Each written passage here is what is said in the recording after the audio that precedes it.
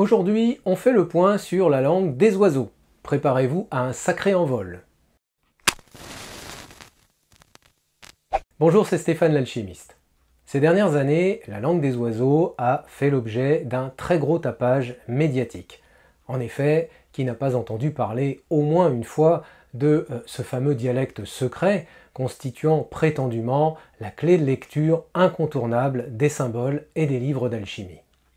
Malheureusement, comme c'est souvent le cas en ésotérisme, la langue des oiseaux n'a pas échappé aux exagérations et extrapolations du New Age. Résultat, à l'heure actuelle, comme c'est le cas dans bien des domaines, on utilise la langue des oiseaux à toutes les sauces et surtout de manière complètement déformée. Alors principalement on la voit dans des textes alchimiques où elle n'est pas et où elle n'a même jamais été utilisée comme telle. On lui fait dire à peu près tout et n'importe quoi par un usage certes amusant mais complètement immodéré de la charade, de la contrepétrie et du rébus, ce qui déforme passablement les contenus et les connaissances à l'arrivée.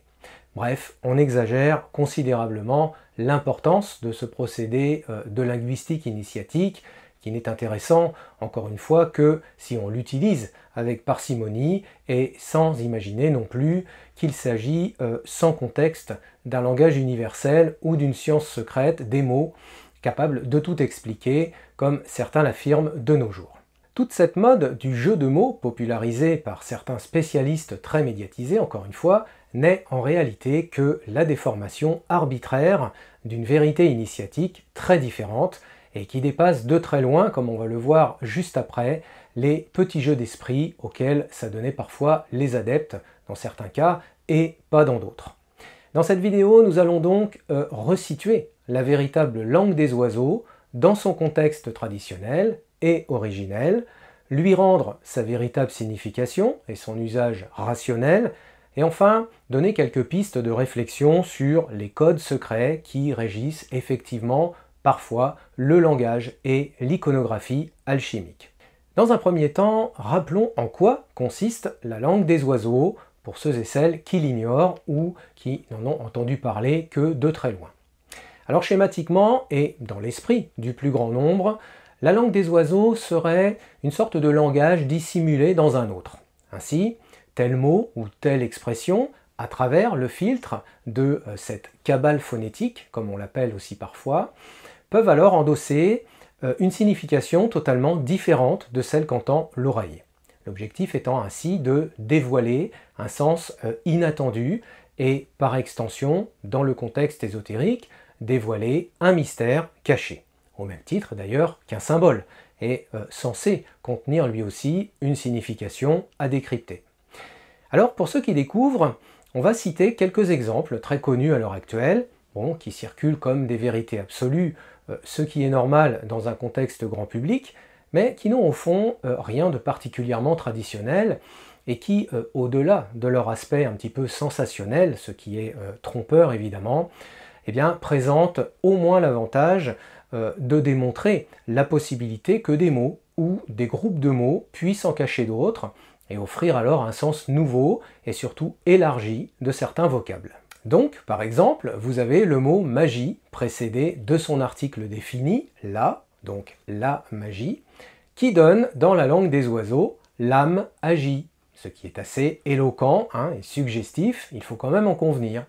De même que le mot passage peut donner un pas sage en deux mots, et là aussi c'est assez curieux au point d'étonner. Et enfin, vous avez également la très populaire expression holistique le mal a dit, qui donne sous cet angle au mot maladie, bien sûr, un sens lui aussi tout à fait surprenant.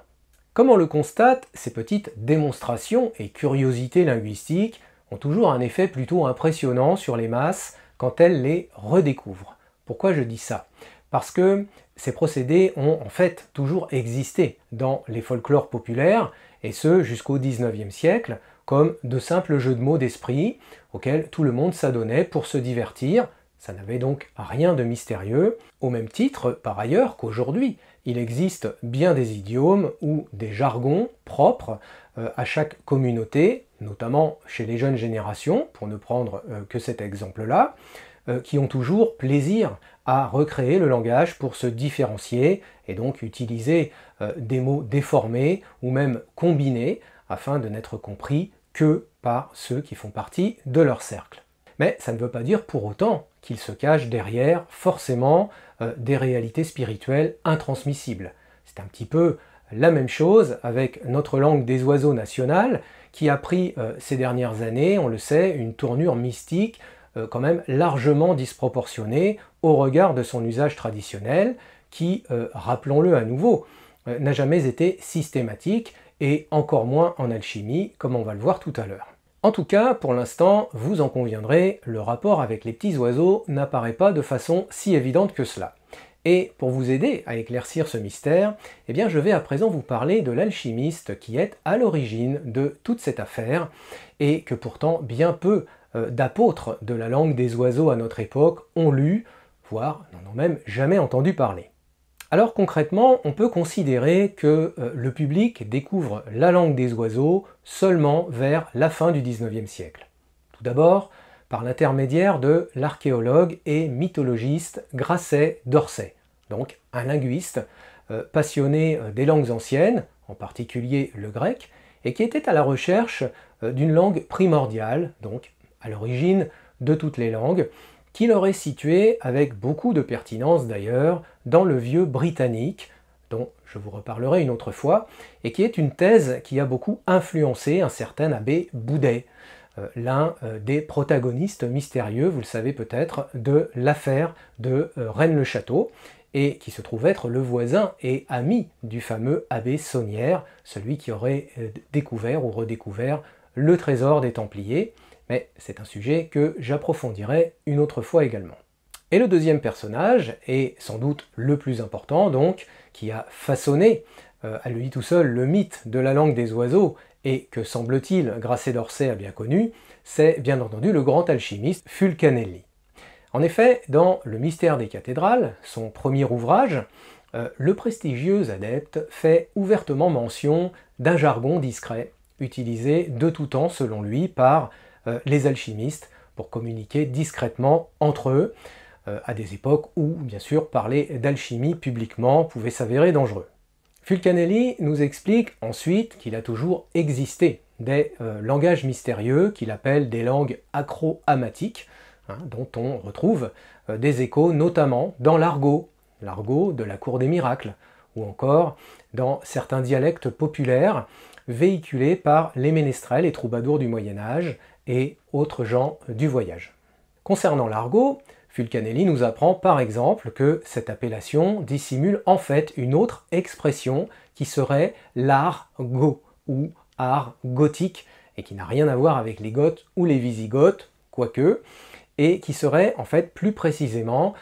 la langue sacrée des argonautes, c'est-à-dire de ceux qui, comme Jason, le héros grec, ont conquis la Toison d'Or, qui serait alors dans ce contexte une allégorie, vous l'aurez deviné, de la pierre philosophale. Toujours selon Fulcanelli, cette langue alternative, dite des oiseaux, a connu plusieurs appellations. On la nomme parfois gai savoir, ou encore cabale phonétique, on l'a vu, et qui n'a rien à voir en fait avec la cabale hébraïque. Le gai savoir est donc à l'origine de la gai science, qui est précisément celle de l'alchimiste. Le mot gai, qui phonétiquement se prononce GI, si on utilise l'alphabet anglais, et donc en rapport avec la lettre G, qui est ici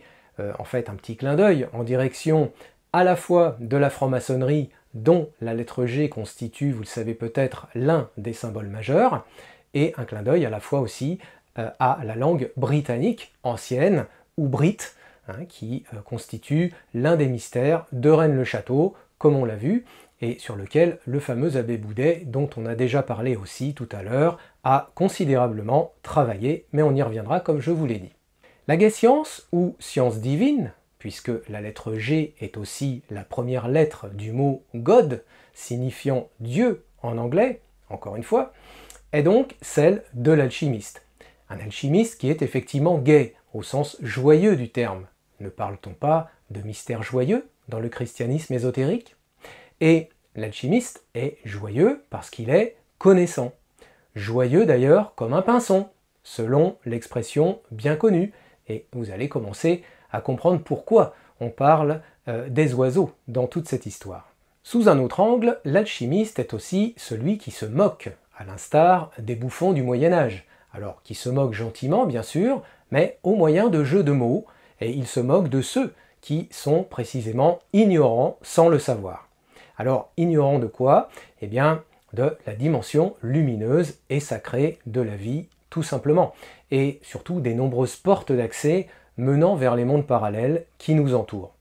Or, pour ouvrir les portes de la connaissance, il faut un passe-partout, une sorte de clé universelle que les cambrioleurs, retenez bien ce mot, appellent un rossignol, ce qui explique que le code universel qui permet donc de comprendre les arcanes secrets de l'alchimie et d'ouvrir par conséquent tous les portails de la connaissance, soit précisément une langue des oiseaux, que, vous l'aurez compris, le pinson et le rossignol incarnent adroitement dans ce contexte, même si ces oiseaux symbolisent encore tout un tas d'autres choses qu'on n'a pas le temps de développer ici.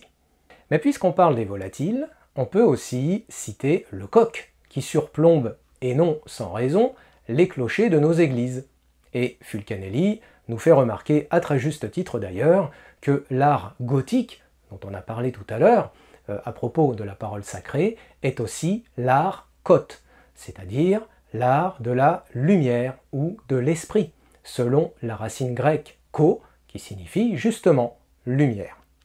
Voilà pourquoi le symbolisme ancestral a toujours utilisé le coq pour symboliser la lumière de l'esprit ou lumière de Dieu. D'une part en raison de son plumage bigarré qui évoque le feu sous tous ses aspects,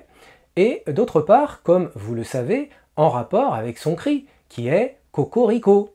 Coco en grec, la double lumière, en écho, qui ricoche, coco, rico, qui ricoche donc dans l'âme et crée les ondes transformatrices de l'illumination spirituelle. L'art coth est également celui de la poule, aux œufs d'or bien sûr, une poule qui, en verlan, cette autre expression du langage acroamatique, donne la loupe, dont on se sert beaucoup en alchimie de laboratoire. Et que fait la poule, elle aussi, si ce n'est coth, coth, codec, la double lumière, entichée du tau grec, la véritable croix du Christ, et qui constitue ici le codex des alchimistes, c'est-à-dire l'ancêtre du premier livre, qui, pour la petite histoire, a remplacé le papyrus, et qui contient donc par définition le code secret, ou codec, comme on dit en langage informatique moderne, et qui permet donc la transmutation des métaux. Bon, il y aurait encore énormément de choses très étranges à dire au sujet des gallinacées, dont parle aussi Fulcanelli d'ailleurs au chapitre de la Galle du chêne, mais ça sortirait beaucoup trop du cadre de cette vidéo, qui n'est qu'une introduction au véritable ésotérisme linguistique de l'alchimie. Et pour en savoir plus, eh bien, vous pouvez vous diriger vers ma formation sur le grand œuvre alchimique, où tous ces mystères vous seront expliqués en long et en large, et où vous pourrez découvrir du coup la suite de cette analyse passionnante et, rappelons-le, véritablement traditionnelle. D'ailleurs, restez bien attentifs parce que j'ai une petite surprise pour vous dès la fin de cette vidéo. Alors bien sûr, toute cette dialectique ésotérique autour de la langue des oiseaux, on l'a vu, est très alléchante et très excitante. Elle donne à penser qu'une chose merveilleuse se dissimule dans l'ombre et, comme vous l'avez constaté, eh bien, ce n'est pas complètement faux. Quelque chose d'invisible existe bel et bien derrière le langage courant, le langage commun qu'utilisent, comme on le sait, monsieur et madame tout le monde, et dont précisément monsieur et madame tout le monde ignorent la réalité. Un petit peu d'ailleurs comme les fameux moldus de la saga d'Harry Potter, qui ignorent eux aussi l'existence des sorciers du monde d'à côté. Voilà pourquoi la langue des oiseaux est à ce titre un formidable moyen d'alimenter l'imaginaire collectif et de réenchanter aussi le monde, en permettant à ceux et celles qui sont initiés à son art de soulever momentanément le voile des apparences et d'entrevoir l'envers du décor, là où se tiennent bien sûr tous les mystères de la vie et de la mort. Et c'est à partir de ces mêmes éléments que Fulcanelli va lui aussi développer sa thèse. une thèse qui, vous l'avez constaté, n'est pas fausse ni inutile, mais qui a été malheureusement très mal interprétée par ses lecteurs et surtout faussement généralisée au fil du temps. Au point qu'aujourd'hui, eh bien, tout le monde s'imagine que les livres d'alchimie sont tous plus ou moins codifiés selon les règles de cette fausse langue des oiseaux, inventée encore une fois par le New Age, qui n'est, comme on l'a vu, finalement que la redécouverte à notre époque de ces petites curiosités ludiques du langage populaire, utilisées principalement pour se divertir, bon, à une époque où les ordinateurs, les smartphones et les jeux vidéo n'existaient pas, une dilettante d'esprit en quelque sorte, et qui s'écarte considérablement des véritables techniques de cryptage utilisées de temps en temps par les initiés, et telles que je vous en ai donné des exemples tout à l'heure avec les gallinacés. Donc arrêtons un peu avec ces démonstrations cocasses et naïves qui font de la chandelle un champ d'aile et qui entendent faire de la langue des oiseaux un moyen de réécrire la Bible. Soyons sérieux, tout cela c'est très joli, c'est très poétique, mais ça ne fait pas vraiment avancer le schmilblick ni la connaissance traditionnelle. Et avec ce genre de truc, on finit toujours par noyer le poisson et ne plus rien comprendre du tout à l'arrivée. D'autant qu'il faut le souligner quand même, la langue des oiseaux en tant que telle n'a malheureusement pas d'équivalent historique avant Grasset d'Orsay et Fulcanelli, ce qui ne signifie pas pour autant que des langages secrets et des codes n'ont jamais été utilisés par les adeptes et les alchimistes, et on va voir maintenant de quelle manière. Revenons un instant sur le prétendu code secret des alchimistes. Disons-le clairement, il n'y a jamais eu de code secret des alchimistes. Contrairement à ce qu'on croit, la plupart des livres d'alchimie ne contiennent aucun cryptage. Ils sont juste écrits pour des gens possédant des connaissances, leur permettant de comprendre ce qu'ils lisent, et ce n'est pas la même chose. Pour donner une comparaison, il est clair que si vous ne savez pas lire le chinois, qui n'est pas un code mais une simple langue, eh bien vous ne comprendrez pas un livre en chinois. Par ailleurs, il est également évident qu'un élève de 6e n'a pas les compétences intellectuelles requises pour comprendre un livre de maths de terminale. Et par extension, à moins d'être un génie, il ne comprendra pas non plus les équations complexes d'un livre de chimie nucléaire. Ce qui signifie que toute science implique des prérequis et une formation pour être correctement assimilée et éventuellement pratiquée. En conséquence, il en va de même pour l'alchimie, qui nécessite elle aussi de maîtriser une certaine théorie et des connaissances fondamentales, sans lesquelles la lecture des livres et une pratique éventuelle, encore une fois, deviendront de véritables casse-têtes insolubles. Et pour ne pas avoir compris cette réalité, on a tout simplement conclu que les livres d'alchimie étaient codés et qu'il existait donc un langage parallèle, la fameuse langue des oiseaux, pour les comprendre, ce qui, la plupart du temps, et vous le savez maintenant, est tout bonnement faux. En réalité, pour la plupart, les livres d'alchimie sont écrits très clairement, mais ils sont écrits par des connaissants pour d'autres connaissants. Ils n'ont donc jamais été destinés au grand public, mais uniquement à l'usage de gens instruits et maîtrisant les finesses du symbolisme ésotérique et maniant aussi parfaitement bien la théorie hermétique. Et ce qui est intéressant, c'est que cette théorie est en réalité très simple et peut être apprise par n'importe qui. Mais si on l'ignore, c'est comme pour tout, on va droit dans le mur. Et croyez-moi, je sais de quoi je parle. Voilà pourquoi, entre parenthèses, cela fait plus de 12 ans maintenant que j'enseigne précisément ces éléments de connaissances alchimiques indispensables, en théorie et en pratique, dans le cadre de l'école des alchimistes, pour permettre justement à ceux et celles qui le souhaitent de pouvoir s'initier sans erreur et en toute clarté au grand art d'Hermès, par la voie la plus traditionnelle qui soit, c'est-à-dire celle qui a été suivie par l'immense majorité des alchimistes, et dont j'ai reçu, vous l'imaginez bien, le dépôt et la mission de la transmettre pour notre époque. Alors, est-ce que tout ça signifie qu'il n'y a rien à décrypter dans la littérature ésotérique et alchimique? Bien sûr que non. Mais il faut bien comprendre que chaque auteur ou instructeur, et Fulcanelli le premier, a utilisé ses propres moyens de communication et son propre univers symbolique pour évoquer à mots couverts des choses, on va dire, sensibles, et ça peut se comprendre dans un contexte où on parle de pierres philosophales, de transmutation des métaux, et par extension d'une réalité spirituelle ultime et secrète, impliquant des connaissances étranges et peu communes, telles que, par exemple, l'immortalité. Des connaissances, donc, accessibles seulement à une petite minorité de gens, ce qui explique, à cette époque en tout cas, l'obligation du secret initiatique et du code qui va avec, étant donné que selon l'expression bien connue, on peut parler de tout, mais pas avec tout le monde. Merci Patrick pour ce rappel. Moralité, ce qui est valable pour un livre ne l'est pas forcément pour un autre, et c'est malheureusement une erreur qu'ont commise un nombre considérable de chercheurs jusqu'à nos jours.